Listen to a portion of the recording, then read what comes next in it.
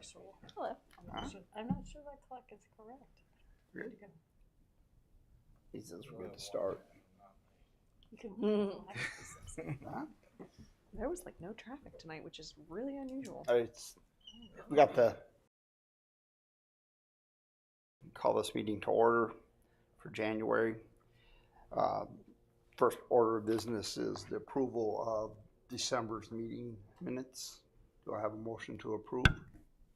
So move.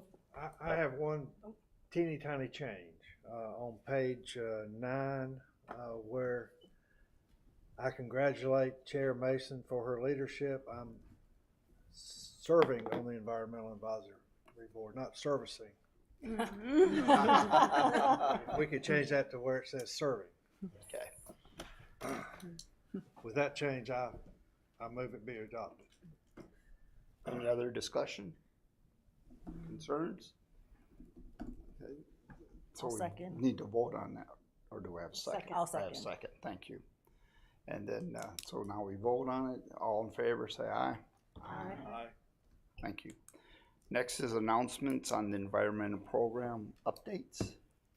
Yeah. Hey everybody, Happy New Year. Couple updates for environmental programs. Last Saturday on the 10th, we had our first of the year invasive removal work day. That was at the community park on the other side, not near the courts, but the lake entrance. It went really well. We had 13 volunteers come and we removed 10 bags worth of English ivy. So great day, yeah, super fun. And we've got 2 more dates planned this month, the 24th and the 26th. The 24th is a Saturday, and then the 26th is Monday, but it's a teacher work day for Wake County Schools.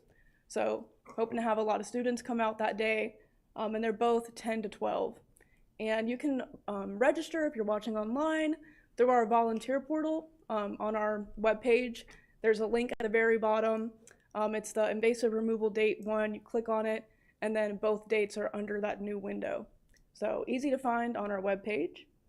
And then tomorrow I'm actually getting together with Ellison, our volunteer program coordinator, to plan some spring environmental programs. So be on the lookout for that.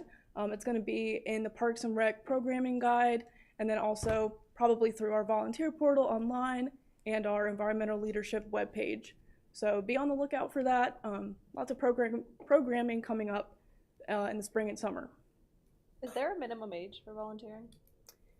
I think there is, but I don't exactly know. It should be, Ellison's got all the info like on the webpage. I want to say it's like 12 or 13, I think, by yourself, but I think with an adult, it's open to whoever.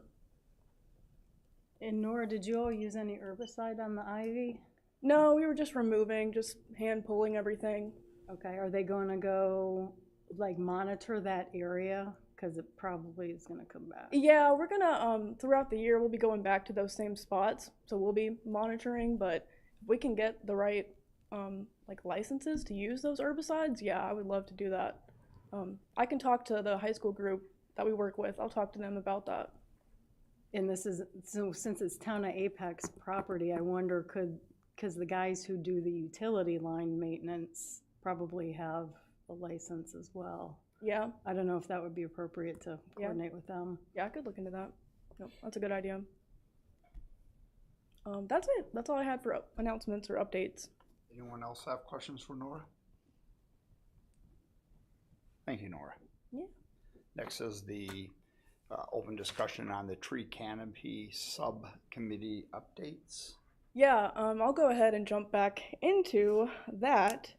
So we're still meeting. We have a meeting tomorrow if you're in our subcommittee.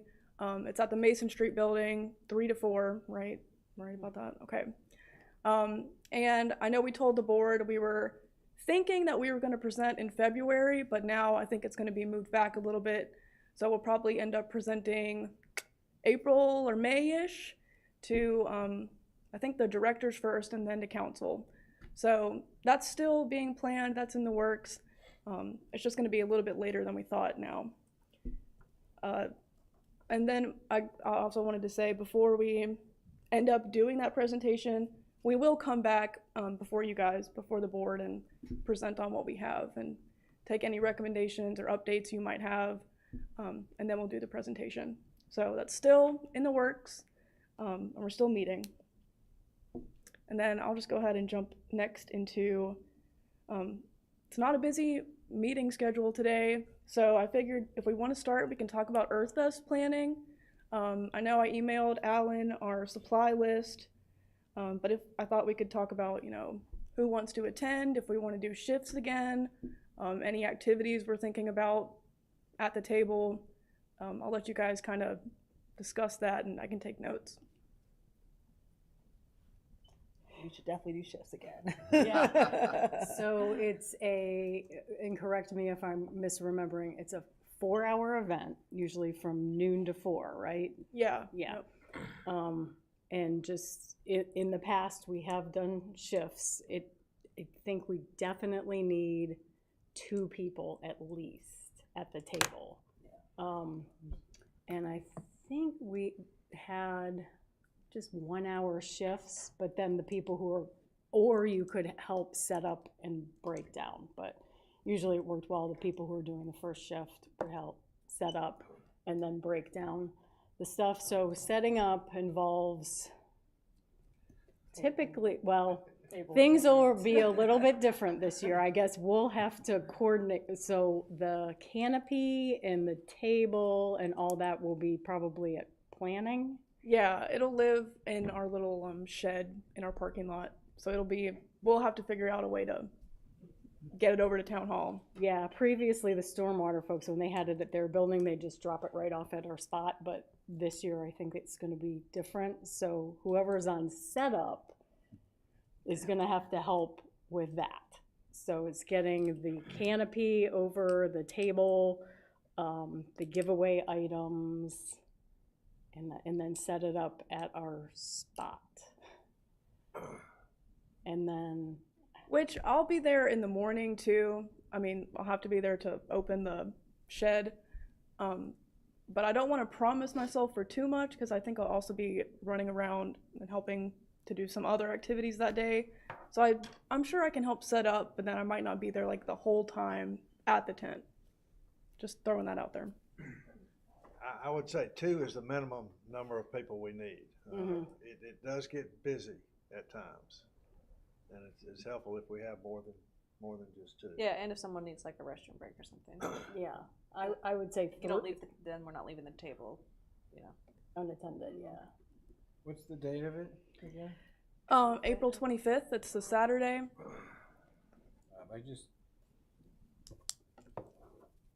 I would offer, I just have to make sure I don't have a volleyball tournament that weekend for my daughter, but I live right here. I can absolutely bring my SUV over and load the tables up and do the setup and even probably do the breakdown as long as I have no issue doing both. I'm not sure I'm even going to be on the board at that point, but I will come do that. Oh. If you guys need that help. So it's so easy for me, and I enjoy picking things up and moving them around and setting them up. So I'm more than happy to do that. I just have to double check on the day. I do know I'm in Richmond for a soccer tournament that whole weekend again. You always have a soccer tournament. I'm leaving for Virginia Beach tomorrow for a track tournament. So I was gonna say, we have a wagon too, so if we had to, we could just lay the tent on the wagon and like roll it over. It's just going across the street, so we could do that if we had to. I think what works best, I can't remember how far in advance we did it last year, but we did have a sign up at the meeting before, or maybe it was 2 meetings before. Yeah. And so everybody knew their time slot. So maybe at what would that be? So that's next Meeting. Yeah, next meeting. I think it would work if we could get sort of just a little spreadsheet with whatever we did last year, and people could sign up then. Yeah, I looked at my calendar. I don't have volleyball, so I can Okay, we can. do this setup. breakdown if you guys need. Any other discussion on this planning effort? Are we gonna use the same spinning wheel? I believe so. We're good. So that's another thing that needs to, trash and we need the trash, which I'd be happy to do since I did it the past couple times. Not the trash, the recyclable yes, items. the recyclable items. So just as a reminder, we have a, it's like a spinny wheel and it's got pictures on it and words as well of different items. And then we have 4 trash cans and one is trash, one is recycling, one is upcycling, and one is compost. And so the kids love spinning it, and then whatever item it lands on, they have to choose which bin it goes in. And that's a full-time job for whoever's. Yeah, absolutely. There's like a line. Yeah. And then, you know, if they spin the wheel, they just get a swag item. So that's been pretty successful with engaging people. So I think we've decided just to do that again, and it dovetails nicely with the theme of this year's Earth Fest. We did with Tree Cap. We had a like a trifold kind of poster board thing with pictures on proper pruning, proper mulching, and then like some tree jokes. I don't know if we want anything. I have no idea where that is anymore. But if we want any tree education or whatever, Yeah. I'm happy to create something. Yeah, I think that would be good. I guess the Particularly tricky that time part of is the like year. real specific questions. Maybe, you know, we did get a lot of questions on pruning and Yeah. arborist type, which they were, you know, Phil and his team were able to answer. But We would definitely have to have somebody that knows something, and not me.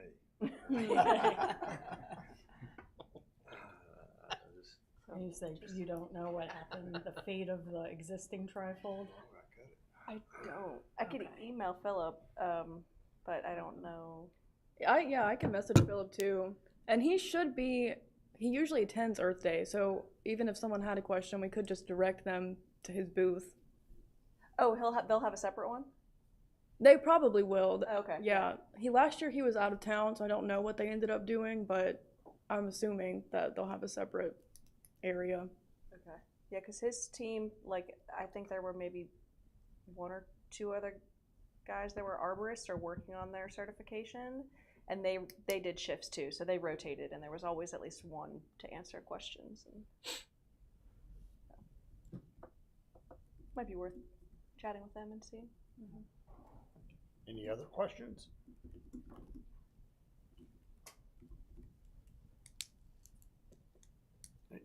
And then for the next item is 2026 general planning. Yeah, I just included that to give you guys an open floor to talk about anything you might want to do this year or even in the future, long-term planning. I know EAB is acting now as Tree Cap, like the Tree City Board and the Bee City Board. So if there are things with that we want to look into, you know, we don't have to decide it tonight, but we could just say, you know, look into that or whatever, any ideas you have, just feel free. I'll take The only notes. thing I'd like to add possibly is some of the stuff we do recommend is following up to see how staff is following up on making sure those items are done. All the recommendations. All the recommendations. I mean, it's like the diamonds we talked about, and for the wetland areas and so forth, or open space areas. But you know, finding out who is actually, are those items actually being followed up and addressed. I think that's a great point. And I was actually coming to say the same thing. And I have some thoughts on this topic, guys, and if you don't mind if I stand here, because I'm sitting over there and you all would have to turn, so I thought I'd just walk on over. Hope that's okay. I wanted to chat about 2026 and what you guys view as sort of the scope and the purpose of your board and how you're effective and how you can be more effective. And I had some ideas since the creation of the board and what I've seen so far that I'd like to run by. And one, to start with what you're saying, is you give a lot of conditions, you vote on the conditions. The developer stands right here, says, yeah, write this down, write the conditions down, closes his book, walks away, never know what happens to it, right? I think that's unfortunate. I think when the EAB was first envisioned, at least in my mind, you'd be voting directly on the projects and not just on approving a set of conditions for the projects. Does that make sense? And I think the problem that we have, and this has come up recently, as many of you know, is, you're taking a vote, and sometimes that's misinterpreted as your support of the project, when in fact what that vote was is support of a set of conditions. So the number one thing on my mind after seeing that and after watching this board is I think we should put in place a process where you are ultimately voting on the project as amended or agreed to or whatever conditions the applicant wants to add. And then that would be what would go to council, is like, we saw this, they have these conditions, and we think this. And this is what happens in other boards. In the planning board, for example, they take a vote on the project itself, recommendation or denial, and then the people who recommend denial have the opportunity to fill out a little dissenting form so they can say why they voted no. So even if it was 7-2 or 10-1, you still have it there as to, on the record, what you said and what the issue is, and we can look at that and say, okay, well, what are you gonna do about this or not? The hope is that your approval of a project is something that a developer would want to fight for. It'd be like a feather in their cap. And I think a process where you're actually voting on the project itself would help get to that outcome. So, Directly tied to environmental. yes, of course. Just to be clear, because it's, that could get dicey. Right. You're not the planning board. So you have a scope of just the environmental stuff, and you could think, the developer, did a good job or didn't do a good job addressing the site-specific environmental concerns here on this project. So yeah, that's a good I point. think a lot of the issue is many times when we get a rezoning project before us, it's in the very early stages. Yep. There's no clear indication of precisely what they're wanting to do, and even how they're planning on developing the lot, other than single-family homes or multifamily homes or whatever.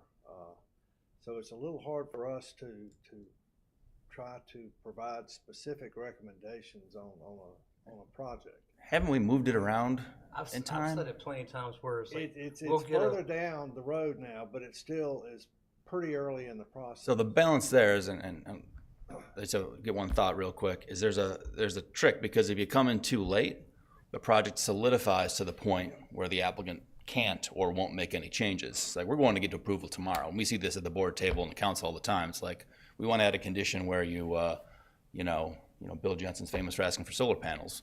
Well, it's kind of hard because it throws off your pro forma, and we have all these calculations, and we can't, it's all different on the last second. We got to talk to us earlier. So I think the idea was the earlier you are in the process, the earlier you give that feedback, the more pliable the applicant may be in making changes, more able to maybe. But it is a balance. I understand that. It's a cart before the horse. And Yep. So what I was saying was probably more than 50% of the time the applicant comes in and there's not even a preliminary site plan. It's basically just the boundary survey, may or may not have a tree survey, but it's hard to make recommendations on, some of the stuff that we would talk about, connectivity with the greenway or, different stuff like that when you have no idea what they're showing other than a boundary survey and a tree survey and where the wetlands are may or may not be. So, well, typically you do have the environmental conditions of the site, right? Right, but I'm talking about some of the other aspects of, like their layout. correct. Like, we often don't have that at rezoning either. We talk about Yeah. having EV charging stations and stuff like that in locations. So that makes locations tough, but I think general stuff about buffers, you can go from a site plan. Tree preservation, you could say, from a site plan, what are you going to preserve and not. So, but yeah, you're right. There are some limitations about exact layout, and some of that stuff isn't really a zoning issue. Like, developers will tell you, I think like they'll say it's not really a zoning condition anyway to talk about, where I put this or that. It's a site plan issue. We work that at site plan. So granted, there are a set of stuff that really it's hard to address until you have the full site layout, but we don't have that either at council. We typically have, what you have. Right, one thing is we don't have very good feedback on what we do recommend for a particular project. Yeah. And how that works through planning and then ends up to the council, and then what the council ultimately recommends, whether or not our conditions are part of that or rejected. They are. So we have, right now we get a packet. And if you look at the council packet for any rezoning, you should see it. And it has your recommended zoning conditions on there with check boxes for what you recommended and check boxes to what they agree to. And that's it. And then we'll have your vote that you recommended these conditions. Typically, they don't check the expensive stuff, and they do check the cheap stuff. So yeah, I'll put a pet. Yeah, put a pet weight station there, sure, but I don't understand that. That's why I'm talking to you. Yeah. So I think here's my idea. I think what you could do is you do what you do today.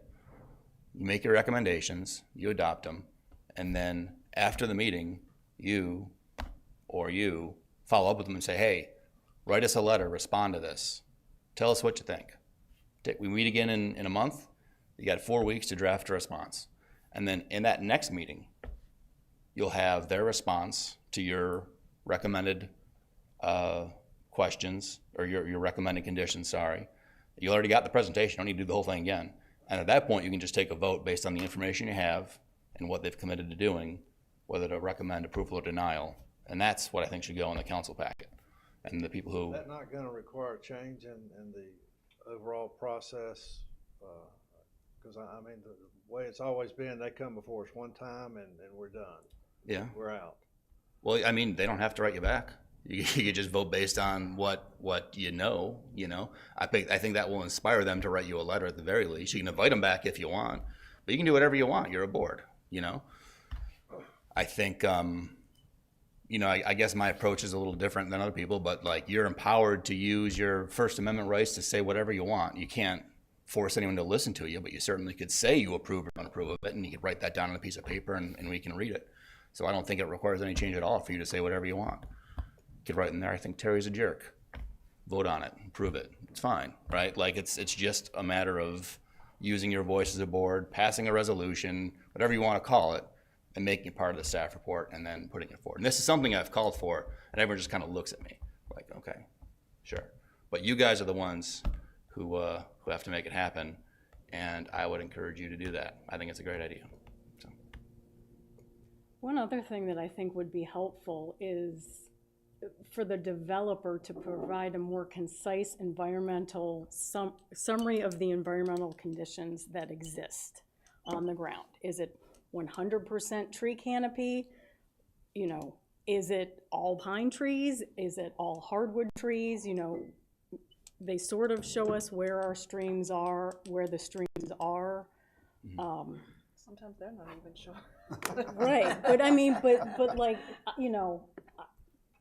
I can go online and there's a multitude of remote sensing resources available to kind of figure out where the streams are. I mean, we have LiDAR for the entire state. You can see where stream channels are. So I think that's an outline that we would have to request the applicant to provide. Like if it was, when they're submitting to staff for planning, there's an outline of what the applicant has to provide. Yeah. And so to follow up what you said, I think we'd have to be, like, the applicant would have to know that up front to have all that information ready to present. And if they don't, you can continue it and kick it down the road for a month. You said they're meeting you really early. They're not going to council for 6 more months or whatever. Like, there's really no rush. But I the overall point I'm trying to make is I want this board to be effective. I want this board to affect change specifically. And in order to do that, the one piece of leverage you could have is trying to inspire developers to get your vote of approval. And that's partially on the council to listen to you. If you vote no on something, we would vote no. But also, the developers can see it as a positive. Like, if you guys say yes, that kind of means that the council has a hard time arguing, oh, we're not going to approve you because you're not environmentally friendly enough. And they could say, well, your own board just recommended approval. So what do you want us to do? And that's a pretty strong argument.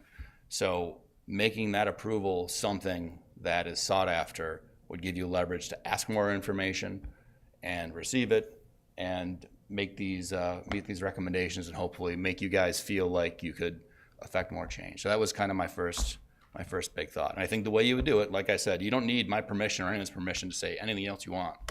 You could just ask the guy, please write me a letter, and then tell staff, okay, put it on our agenda next time. We're going to read the letter and we'll have a vote.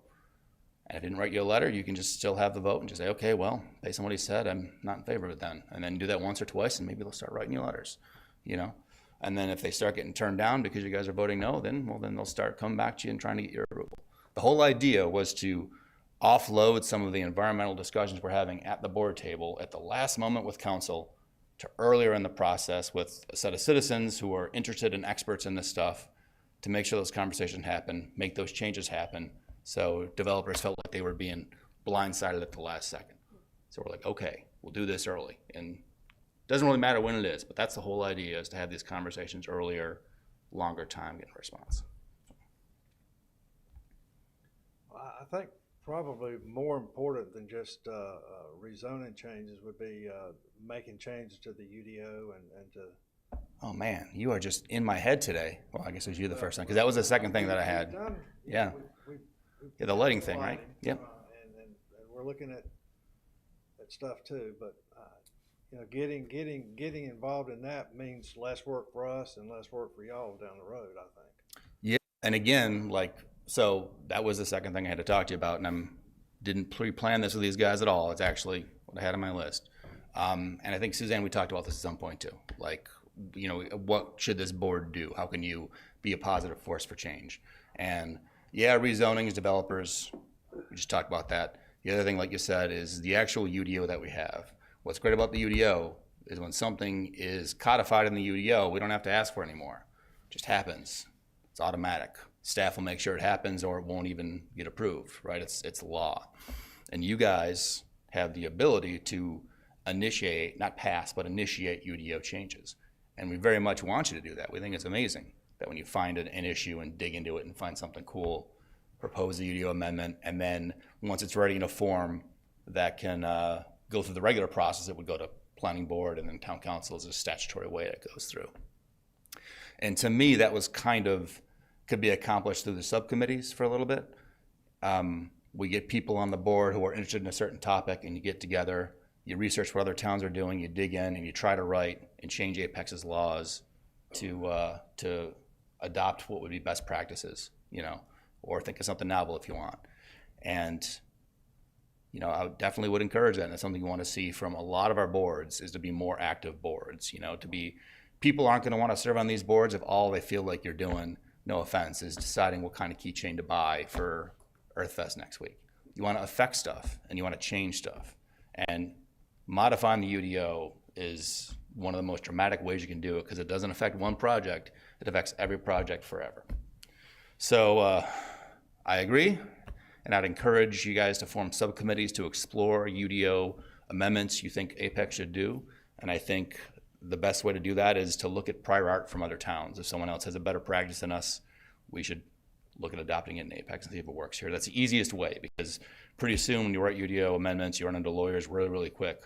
And the best way to fight off a lawyer is by saying Holly Springs have been doing this for a couple of years, or some town in, you know, the mountains have been doing it, or whatever. So, all right. How do you guys feel? How's the chair feel? No? Getting nervous? All right, guys. Well, thank you. That's all that I had, and I hope that we have a successful 2026. All right. Thanks. Go back over here now.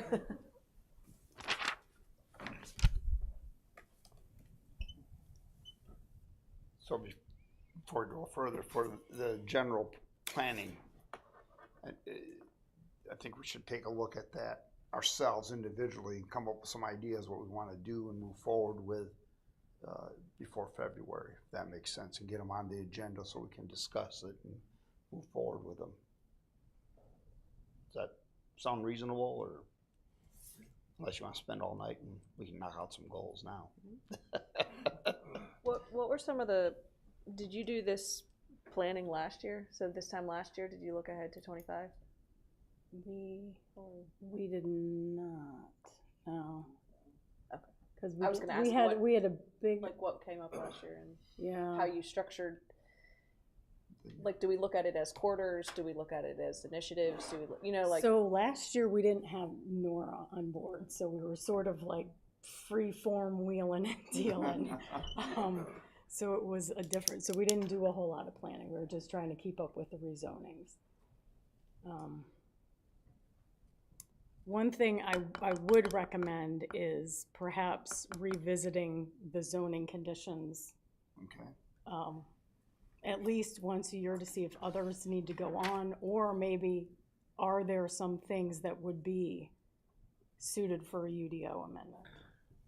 That they could just go right in and this board could stop saying, do this, do this, do this. I'm gonna jump back in on Veridia. I mentioned it a couple of meetings ago, I guess, when they came in for rezoning. They have an enhanced environmental plan. It was worked out between the staff and them. We were not involved in it. And I understand it's just been revised again. I think maybe taking a look at that and seeing what they've got in there and seeing if we can maybe incorporate that as some of our conditions might be helpful. But we would need to get the newest version of it, whatever that is. Really, Specific? Terry, you don't know this for sure, but, or what, you will know this, but Veridia kind of rewrote a lot of the rules in the UDO. There's a lot of several amendments. There's some, I've Like- glanced at it, I've looked at it a little bit, and there's some good pieces to it, but there's some other things that I'm not 100% sure about. Yeah, the Veridia rezoning was pretty bespoke to Veridia, like it was just Veridia. Oh, I know. And what you're seeing with the amendments today is kind of the rubber's hitting the road, where they have to go build something, and they have this plan, which in many ways is very, very specific and written 15, 20 years ago. Specifically, the recent amendments were related to the NC Children's Hospital. A lot of the environmental conditions didn't really work for a world-class children's hospital being located on the campus, the certain amount of stuff. So again, that's where we're hitting the road. They got this new thing coming in. We clearly are in favor of it. We want it to happen. So it was about bending the rules around basically the NC Children's. So. I mean, they've got renewable energy areas are considered RCAs.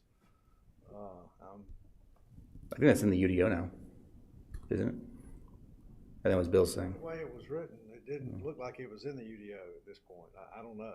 It's for solar associated with SEMs, which is not being implemented right now. Okay. But I mean, that's one thing I got a question about. I don't know whether I like it or not, but there are some good things, particularly the building construction is very modernistic from both the commercial and the residential.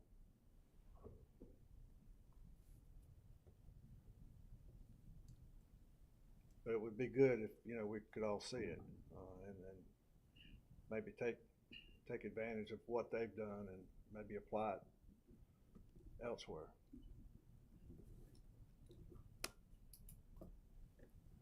Another idea too is to get a true understanding of what the AAB is looking at, because I feel like there's been sometimes we've discussed and voted on stuff that wasn't really relative to the path of what the applicant was bringing to us. Like I said, an outline of truly what the EAB, the purpose of the EAB, and what those steps or guidelines are. I'm not sure what word I'm looking for. What we're looking for through the EAB, like what we're truly voting on. I ask a question real quick. So I've only been on the board for a short bit, actually. And so do we have a written charter that was approved and available? Okay. That's the first thing. Second, process for getting on to a meeting and present from a contractor standpoint or a builder standpoint. what does that process look like? That might have to come from staff, I believe. Yeah, they go through, I don't know the exact steps before they email me, but they go through steps with planning staff and then they email me directly to get added to the agenda. But I don't know, I mean, do you know, Bruce, more about like what they have to do beforehand? The process, they'll go to the normal planning process. They'll have to do their pre-application, their neighborhood meetings. Once the application is submitted, staff will check to make sure that they've submitted some type of, your EAB, usually suggested rezoning conditions.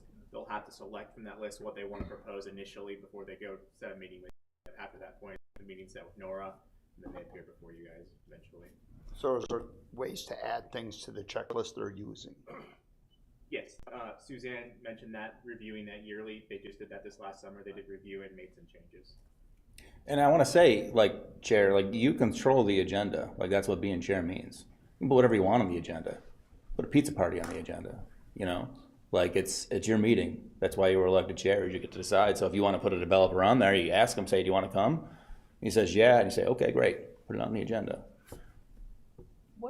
Do we know in general what their perception of us and our role is? Good question. I guess when they come to meet with us, are they viewing us as, what do they view us as? And I guess part of my reason for asking that question is maybe some of 2026 is thinking through like the education about who we are and what, and our scope, beyond just us working on establishing that the community knows what we do, because I think, especially based on, I think it was the October meeting, whatever meeting that was, a lot of people thought that we were deciding that entire project. I don't know if that needs to be like, you know, a top 3 priority for us, but I think there would be some space to educate the community about who we are. And So most of the applicants, I would say most of the applicants understand what the board is, because it's you have your primary land use attorneys that usually do the presentations for the applicant, so they understand it. But and we've talked about this for a couple of years. Is unfortunately the community, the general public's doesn't truly understand what the EAV is there for and does. I know we've talked about multiple times, you know, it's put out on the town's website, it's, you know, different places it's been shared, but I don't know how it, other than asking the applicant to that there are additional individuals, make sure they know, kind of bring them up to speed on what the board's doing. Well, and I'll as just, a request. oh, sorry, Patrick. Not gonna think. I was just going to add, at least from like a public engagement standpoint, that's something that like we as a town are working on, especially this year in 2026. And I think I mentioned at our December meeting that in 2027 we're planning this big engagement expo, and we want, you know, everyone from departments to be there, but then also the advisory boards. So that's already a planned event where, you know, we want you to be present to come and interact with the public and tell them, you know, what do you do? What's your purpose? What's the scope? And hopefully, you know, in a year's time, we'll have, you know, a ton of good things to share with people. So that's one outlet. But if you guys want to plan other events or like attend other events, I know I'm attending Peak Fest this year. That's an option too, and I'm more than happy to help plan that. yeah, I was gonna say, I think part of 2026 too is, and I know we can each, you know, come kind of go home and think of ideas and whatnot, but I think the education, not as much about us, but about, and I think you mentioned this, you have a lot of experience with the environmental. I think in for me it's a little, I'm new too, so it's a little hard for me to I talked with Nora, like I would love to attend more town events like at Peak Fest and just talk to people to hear what does the community want in terms of minimizing environmental impacts, and I think that'll better inform me So like for example, I mean, I live near Beaver Creek, so I see a lot of like when it gets flooded. And so that's on my mind always, like flood resilient. But what do the other people see?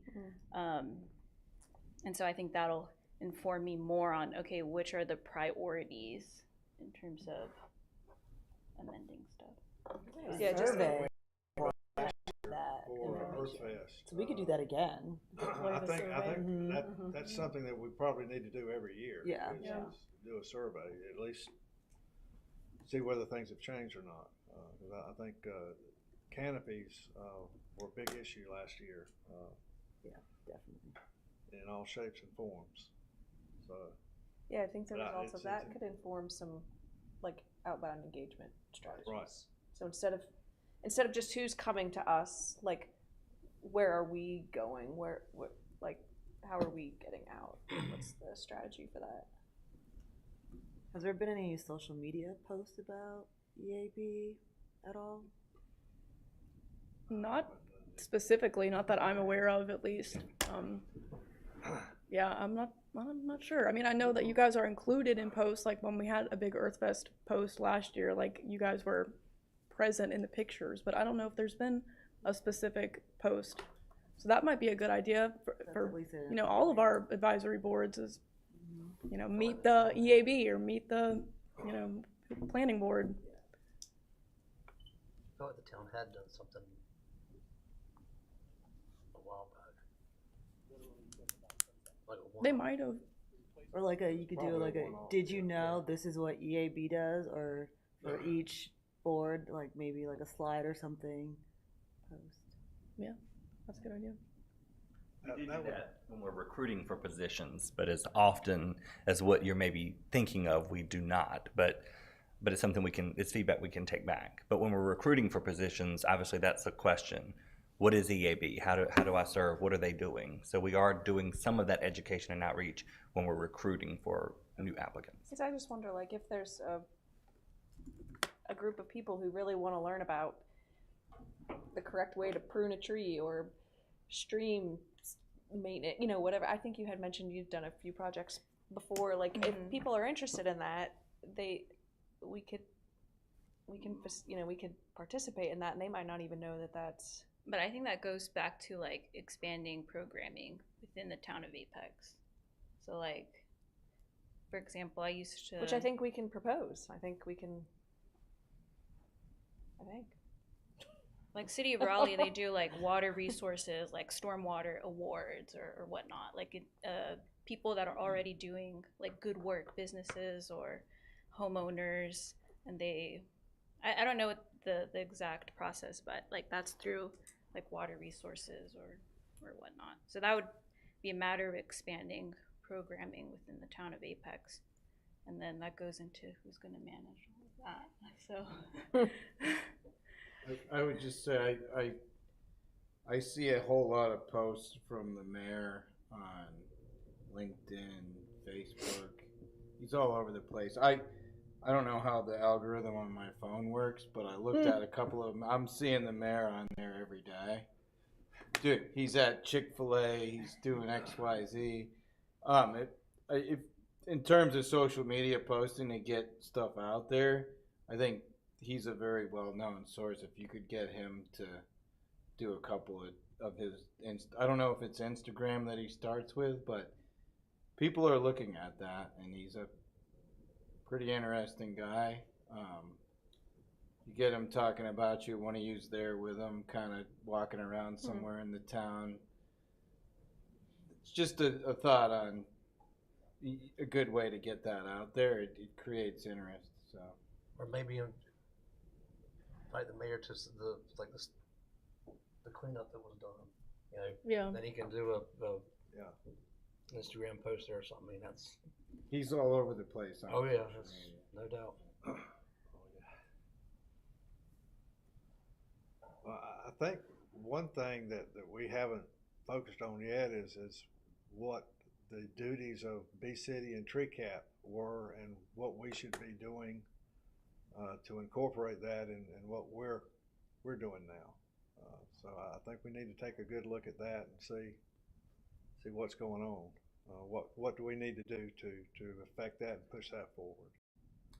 I agree with that because there are, like, my understanding is there are like reporting requirements to the organizations that gave us the Bee City and Tree City statuses. And some of that is, we would, somebody on town staff would need to look at that because you have, like for Tree Cap, I think you had to report budgetary things. So they wouldn't be something a board of residents could pull together. Well, and so Ellison Lambert, our volunteer coordinator, since she runs a lot of our pollinator programs, she is doing the reporting for Bee City, and then Philip is doing the reporting for Tree City. But we all talk to each other, so if there are certain events that we do, or if there are requirements that they see that they need to meet, I can give them that information. So we're in touch that way. It would still be nice, I think, to have an overview of those two designations, just to see how the board could be involved, because I think that is sort of the intention of both of those things, to have. It was to roll them into us, and I'm glad they're doing that, but it'd probably be good for us to know what they're doing. Yeah, for sure.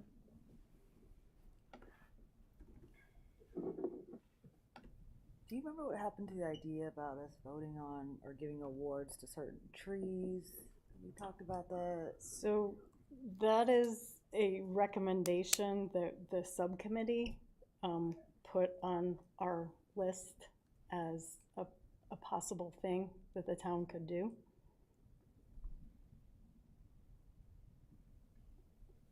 And we're meeting tomorrow if you want to come. Yeah, well, I don't think we can have a quorum though. So there are 3 of us attending, so I think we do have space for a couple more. Yeah, and sort of a lot of what we're doing is coming out of the fact that, with the survey that we did deploy last year at EarthFest, all we heard was canopy and trees. So it is geared very much towards that, how can you preserve the canopy? If the canopy is missing, here are some things perhaps the town could do to get more canopy. Or preserve preserve it going forward. Real quick, 2 different things I'm going to go back to. So with the Bee City, Tree City information, I could definitely ask Ellison and Philip to come back if we want to do one meeting about that. Would that be helpful to hear directly from them, to have them come present? Yeah, I can do that. Yeah, yep. Come one time. And where'd my other one go? Oh, going back to this idea of doing like a social media post, I don't want to promise anything because I know communications does our social media, so I don't want to put anything on them yet. But I was just thinking it would probably be easy to incorporate like a who is of our advisory boards in the All in Apex newsletter. So if I talked to communications about that, is there somebody or a couple people that would be willing, like, do you guys want to do like a short write-up of, who is EAB, who are we? Or is that something that you want, like me or Karen in communications, like, how do you want that to go? I can work with you on that. Yeah, okay, that'd be great. So, I mean, no promises, it might be a while, but I'll keep you in the loop and I'll just email you directly. Okay. And so the town does have a sustainability coordinator. Would it be helpful for us to hear from them about what they do? Yeah. That's Dawn Reeves, if you don't know. I know we have some new people. So yeah, I could talk to Dawn too about having him come present. That would probably be helpful. And we've been on an e-bike special project team, so I'm not sure what's going to come out of that, but if we end up presenting to council or whoever, we could bring that back here as well.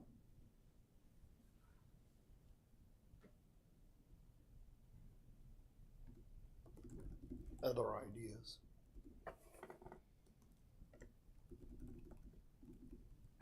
Well, like we said when we started the discussion, let's all think about it between now and the next meeting and come with a list, and then we can sit down and start prioritizing items and get it mapped out for the year, quarterly, annually, whatever that would look like.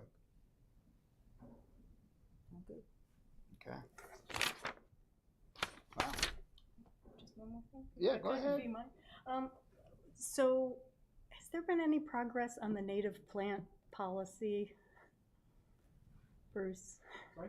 Native plant policy, UDO amendment? Yeah, we're hoping to bring that to the spring. I apologize just recently with the current workload and preparing for the data center work session that's coming up as well. It just has been kind of pushed back, but it's absolutely on our radar. We'll have some language for you, hopefully in February, to kind of get your sign off on it, just so you can see what the language will look like before it goes to council. Okay. Yeah. Thank you. You're welcome.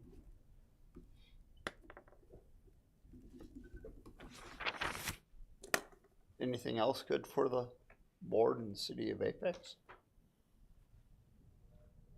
Do I have a motion to adjourn? So moved. Do I have a second? All those in favor say aye. Aye. So moved.